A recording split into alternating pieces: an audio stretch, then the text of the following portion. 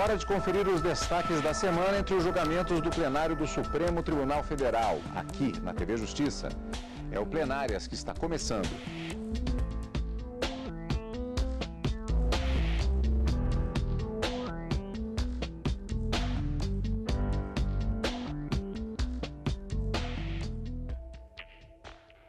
Hoje com os principais momentos das sessões dos dias 6 e 7 de novembro de 2017.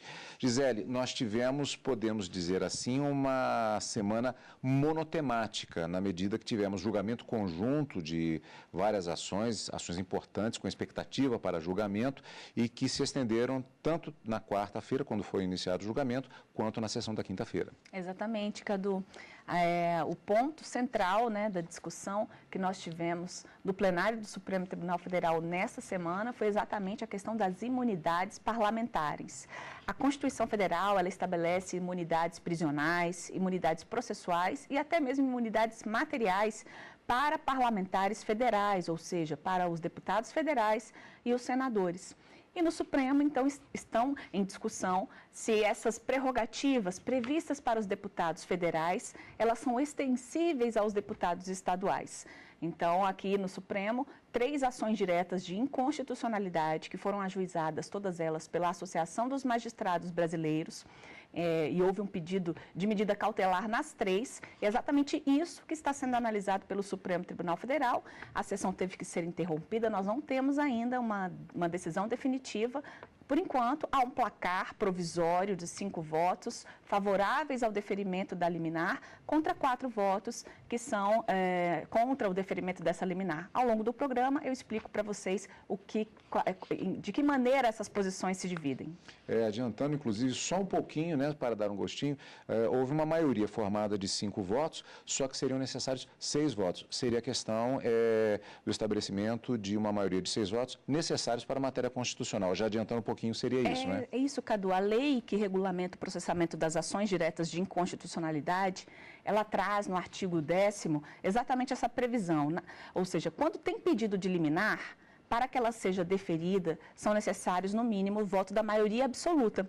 A maioria absoluta leva em consideração o número fixo de ministros da Suprema Corte, o plenário é composto por 11 ministros, então nós teríamos que ter pelo menos 6 votos para alcançar essa maioria que está prevista na lei que trata do julgamento das ações diretas de inconstitucionalidade.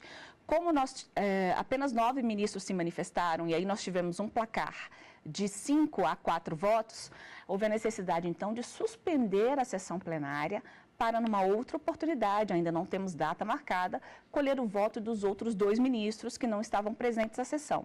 Então, ainda faltam votar o ministro Luiz Roberto Barroso e o ministro Ricardo Lewandowski. Pois é, o que significa isso exatamente, nós vamos conferir daqui a pouco, quando nós tivermos a última etapa desta semana de julgamentos, já que esse resultado se chegou a ele na sessão plenária da quinta-feira. Mas vamos ao início do julgamento. O Supremo Tribunal Federal começou a julgar, na sessão plenária da quarta-feira, medidas cautelares em ações sobre imunidades de deputados estaduais. Os ministros estão analisando 3 ações em que a Associação dos Magistrados Brasileiros questiona dispositivos das constituições dos estados do Rio Grande do Norte, do Rio de Janeiro e do Mato Grosso, que permitem que as assembleias legislativas revoguem prisões de deputados estaduais determinadas pela Justiça. O que se viu, o que se vê desde a Constituição de 88 é um cenário de contaminação absoluta das câmaras legislativas por cidadãos que estão se valendo das imunidades para a prática de atos criminosos. Não apenas nesses estados objeto dessas ADIs. São vários os exemplos de assembleias legislativas que possuem a maior parte de seus membros sob investigação criminal ou já respondendo a ações penais. Nós estamos falando nesse exato momento sobre as imunidades. Num momento posterior, estaremos falando sobre o quê? Sistema remuneratório, sistema eleitoral, inviolabilidades.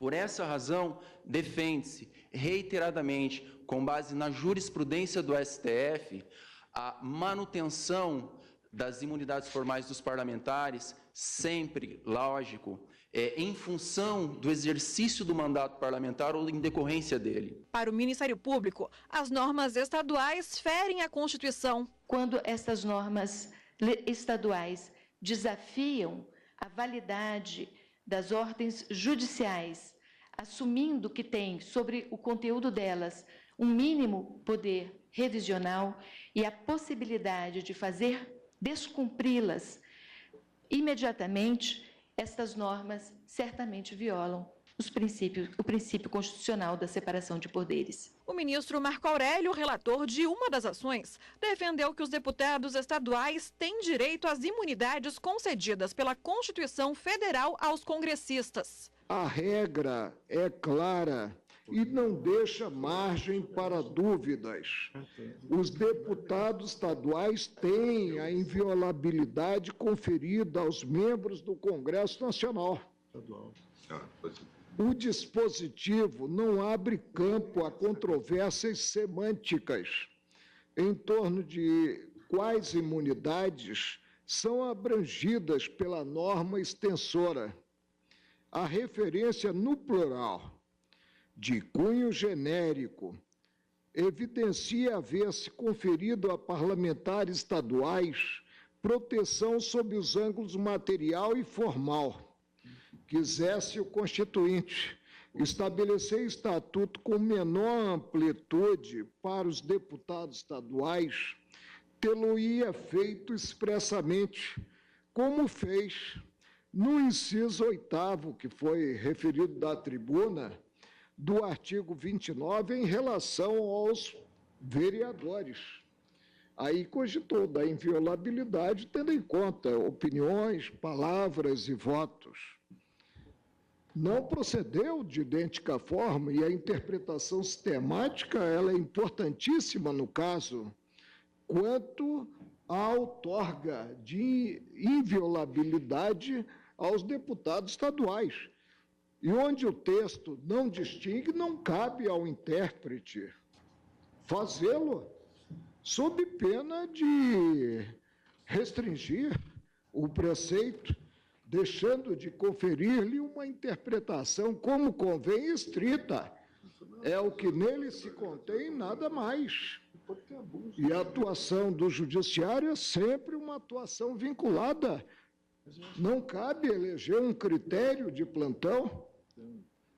É uma atuação vinculada ao arcabouço normativo, principalmente o arcabouço normativo constitucional. Já para o ministro Edson Fachin, relator de duas ações, ao cancelar prisões de deputados estaduais, as assembleias usurparam competência atribuída pela Constituição ao Poder Judiciário. A Assembleia Legislativa do Estado, segundo compreendo, portanto, usurpou competência atribuída pela Constituição exclusivamente ao Poder Judiciário, violando o princípio da separação dos poderes. Não depreendo da regra imunizante do parágrafo 2º do artigo 53 da Constituição da República Federativa do Brasil a amplitude que lhes foi conferida pelas Assembleias Legislativas que acabo de mencionar.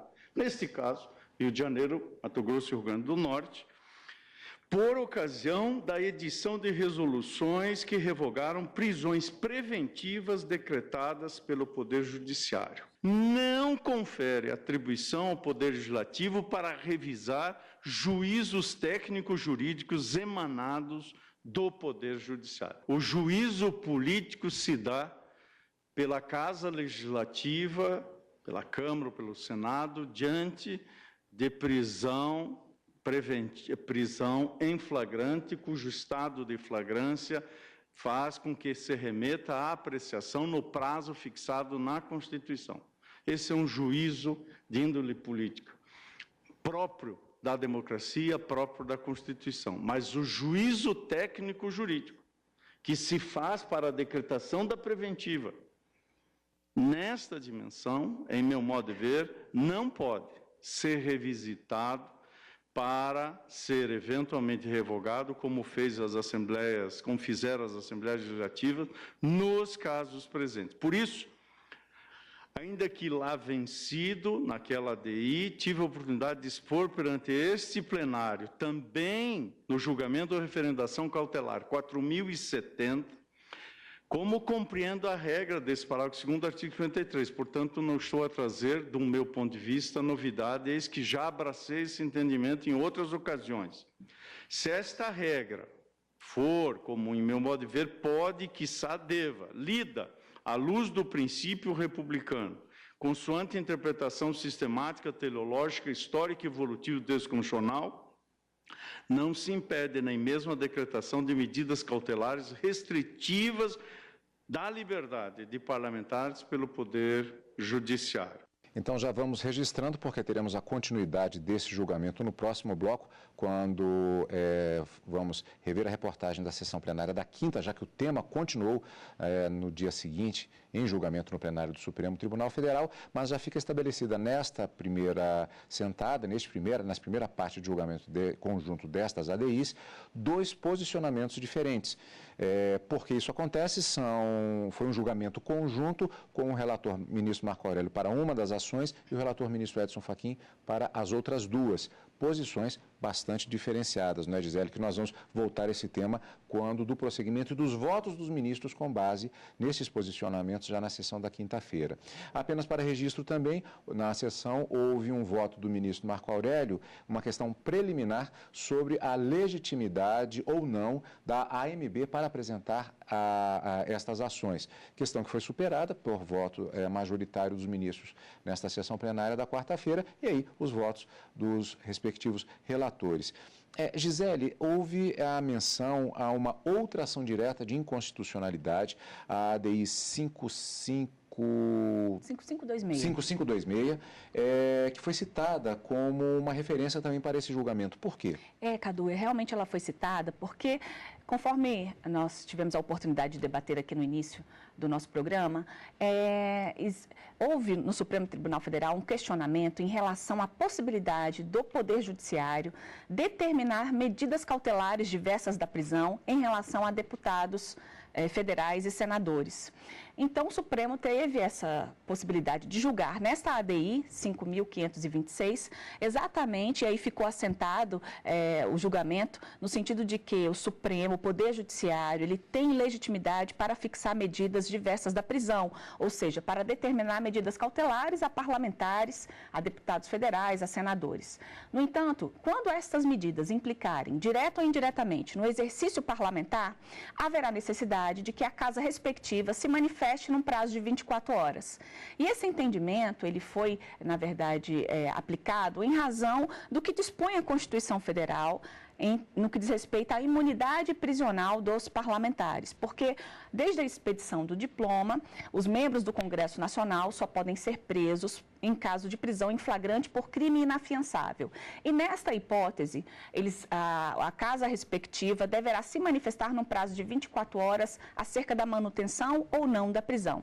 Então, pegando esse dispositivo, o Supremo decidiu que, em relação às medidas cautelares, haverá necessidade também de que o Congresso Nacional se manifeste, a casa respectiva se manifeste, desde que essas medidas impliquem direto ou indiretamente no exercício do mandato parlamentar.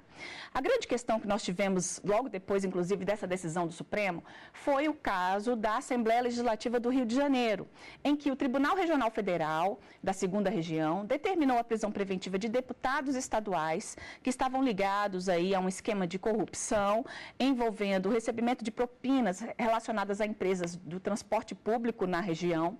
E aí o TRF2 decretou, então, a prisão desses deputados estaduais. Posteriormente, essa decisão foi submetida à análise pela Assembleia Legislativa do Rio de Janeiro e a Assembleia Legislativa decidiu revogar a decisão judicial e automaticamente liberar os deputados estaduais para que eles retornassem às funções. Então, essa discussão aqui no Supremo Tribunal Federal, ela começou com essa ADI 5.526, que, na verdade, antes, inclusive, teve a decretação do afastamento de um senador da República.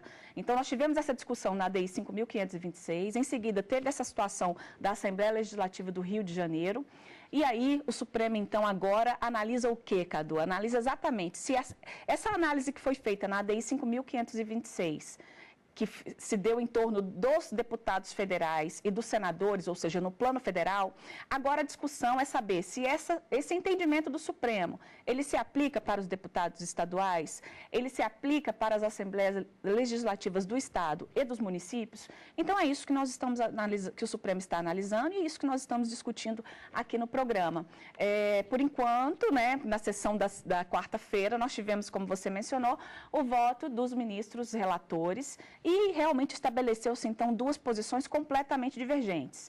A liderada pelo ministro Edson Fachin, no sentido de deferir as medidas cautelares que foram requeridas nas ações diretas de inconstitucionalidade para suspender os dispositivos da Constituição Estadual e também da própria resolução da Assembleia Legislativa do Rio de Janeiro. E a outra posição, liderada pelo ministro Marco Aurélio, no sentido de indeferimento, porque ele entende que os deputados estaduais devem ter o mesmo tratamento conferido aos deputados federais. Vale lembrar, Gisele, também que na pauta de julgamentos da quarta e também da quinta-feira, um outro processo, que é uma arguição de descumprimento de preceito fundamental, que incide diretamente em relação a essa questão específica do Estado do Rio de Janeiro, mas que justamente há necessidade de se estabelecer o fechamento, o entendimento da Corte em relação a essa questão para julgamento desta DPF. Por isso, inclusive, ela não foi chamada ainda, mas ela está diretamente atrelada a esse julgamento, que, como vimos, portanto, ficaram definidos dois caminhos propostos pelos respectivos ministros relatores e cujo acompanhamento ou não, ele teve prosseguimento na sessão plenária da quinta-feira. E é o que nós vamos ver no próximo bloco do Plenárias, daqui a pouquinho.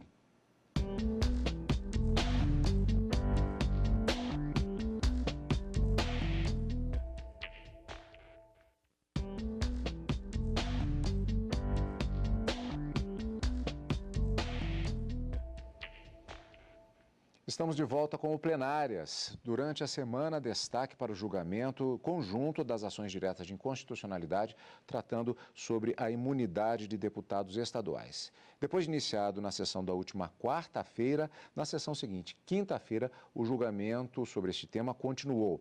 Vale lembrar que na sessão da quarta, como vimos no primeiro bloco, teve dois posicionamentos diferentes dos respectivos relatores, ministro Marco Aurélio e ministro Edson Fachin, posicionamentos divergentes e que pontuaram a votação dos demais ministros na sessão seguinte.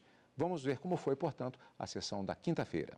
O julgamento está 5-4. Até o momento, a maioria dos ministros entendeu que as assembleias legislativas não podem revogar prisões de deputados estaduais estabelecidas pela Justiça. O plenário está analisando medidas cautelares em ações em que a Associação dos Magistrados Brasileiros questionava dispositivos das Constituições do Rio de Janeiro, do Rio Grande do Norte e do Mato Grosso, que estendiam aos deputados estaduais imunidades concedidas pela Constituição Federal aos congressistas. Está prevalecendo o entendimento do ministro Fachin de que, ao cancelar as prisões, as assembleias usurparam competência atribuída ao Poder Judiciário. O sistema jurídico constitucional impõe a ética como princípio, e o princípio da administração pública expresso é o da moralidade. Improbidade administrativa tipifica crime de responsabilidade das autoridades. E, no entanto, a cada dia o cidadão vê a sangria de dinheiros públicos por alargados dutos, escusos, ilegais, de corrupção que persiste e deixa em situação de anemia até mesmo sistemas de direitos fundamentais sociais, saúde, educação, segurança pública. Compartilho não apenas da conclusão a que chegou, embora por outros fundamentos, o ministro Edson Fachin, neste caso, que pela primeira vez é trazido, que é a interpretação do parágrafo 1º do artigo 27, para afirmar, então, o que me parece se conter como objeto dessas ações diretas de inconstitucionalidade, das três. E isto porque considero que o deferimento de medida cautelar para dar a interpretação conforme as normas, exatamente considerando que as imunidades parlamentares atribuídas a deputados estaduais haverá de se conter de acordo com a finalidade, a teleologia das normas e, principalmente, numa interpretação sistemática, a eficácia dos direitos. Tenho para mim que tem toda a razão a ilustre entidade autora no sentido de que há Não se tem aqui matéria cuidada em outras ocasiões pelo plenário, que, aliás, o ministro Dias Toffoli, de uma forma especial, enfatizou. Estamos enfrentando essa interpretação em controle abstrato pela primeira vez. Em outras ocasiões, como há pouco tempo, cuidamos de medidas cautelares diversas da prisão. Aqui estamos tratando de um caso de aplicação das normas constitucionais relativas à prisão para deputados estaduais. O tema está extremamente debatido, ele é, sim, de delicadeza ímpar, mas eu vou me limitar, então, senhora presidente, porque comungo com os fundamentos externados pelo ministro Fachin, na interpretação conforme que propõe aos preceitos impugnados das constituições estaduais, eu, em juízo de delibação, reafirmo, tenho por presentes o fumus boniuris, o periculo in mora, e acompanho Sua Excelência no deferimento parcial das liminares requeridas, nos termos propostos nas 3 ADIs por Sua Excelência. É o meu voto. Esse, para mim, é um exemplo que já demonstra que é possível o afastamento. Aliás, se não me falha a memória, o Supremo Tribunal Federal, se baseando no fato de que um determinado parlamentar usara o seu gabinete para remeter ofícios ameaçando pessoas, o afastou da atividade. Na época, até, se eu não me engano, uma decisão da Lavra do saudoso e querido amigo ministro Euri Zavascki. Então, evidentemente, que se o delito está sendo praticado ali, e se o judiciário tem que preparar todo o processo até a denúncia, se curvando ao poder legislativo, que pode suspender a ação penal, é claro que antes nós temos de ter o poder de realizarmos todos os atos necessários e preparatórios para o oferecimento da denúncia. E isso implica dizer que o artigo 53, parágrafo 2º, aplicável textualmente por uma simetria explícita da Constituição aos deputados estaduais, ele deve ser interpretado no sentido de que, até a denúncia, ninguém mete a mão nisso. Está com o Poder Judiciário. O ministro Dias Toffoli divergiu em parte, mas com relação à prisão, destacou que a imunidade diz respeito ao Congresso e não ao parlamentar. Ou seja, cinjo-me apenas e tão somente ao tema de prisão. Porque, na leitura que faço do 53, parágrafo 2º, ali é a defesa da instituição. Em relação à suspensão de ação penal, isso eu mantenho os dispositivos em vigor que também foram atacados. Daí eu divirjo em parte do ministro Luiz Edson Fachin, assim como divirjo em parte do ministro relator Marco Aurélio. Os ministros Alexandre de Moraes, Celso de Mello e Gilmar Mendes acompanharam a posição do ministro Marco Aurélio para que os deputados estaduais tivessem direito às mesmas imunidades concedidas aos parlamentares federais. O legislador constituinte originário, ele estendeu expressamente no parágrafo 1º do artigo 27, estendeu expressamente aos deputados estaduais essas normas obstáculos, ou seja, as imunidades. Fez questão, inclusive, o legislador constituinte, de colocar primeiro inviolabilidades, ou seja, a imunidade material, e, na sequência, as demais imunidades, que são as imunidades formais. Fez questão, e nos debates constituintes isso ficou muito claro, fez questão de colocar 2 palavras para que não pairasse dúvida de que aos parlamentares estaduais estava sendo estendido expressamente a imunidade material, na palavra inviolabilidade, e a imunidade formal, as imunidades formais, quando diz imunidades. Adotou essa metodologia porque lá no artigo 29 não estendeu nenhuma imunidade formal aos vereadores. No artigo 29 coloca só inviolabilidade. Ou seja, é uma metodologia, não foi uma palavra solta na Constituição. E a metodologia, como eu disse, para cada palavra, do parágrafo 1º do artigo 27, há um parágrafo correspondente do artigo 53 da Constituição. Então, houve previsão expressa de se estender Assim como havia, lá atrás na comissão, no anteprojeto da comissão Afonso Arinos, havia previsão expressa para estender aos governadores as imunidades do presidente da República, mas a Assembleia Constituinte retirou para os governadores essa previsão expressa. Se há mudança no regime de imunidades no plano federal, o novo quadro se aplica imediatamente aos deputados estaduais, independentemente de ter havido ou não adaptação formal da Constituição Estadual. Para mim, não paira dúvida, presidente, de que a inviolabilidade formal e a prerrogativa da Casa Legislativa é aplicada aos deputados estaduais e distritais. A ministra Carmen Lúcia pediu a palavra durante o voto do ministro Gilmar Mendes para destacar que muitas vezes há uma interpretação errada das decisões tomadas pelo Supremo. Não vejo a demonização da política, até porque fora da política sobra muito pouco para uma salvação.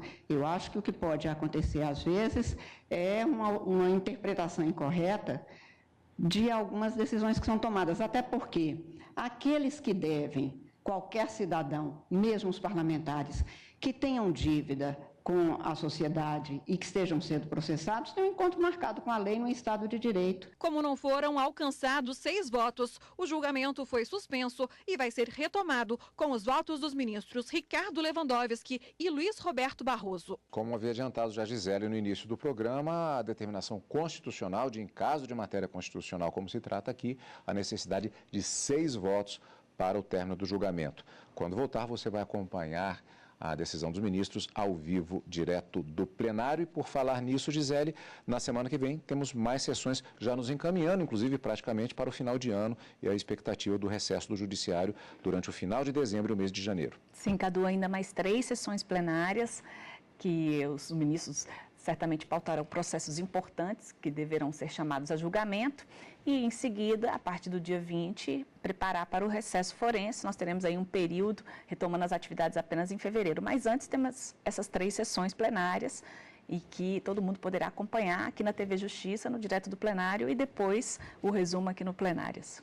Obrigado pela sua companhia, como sempre, e continue conosco aqui na TV Justiça.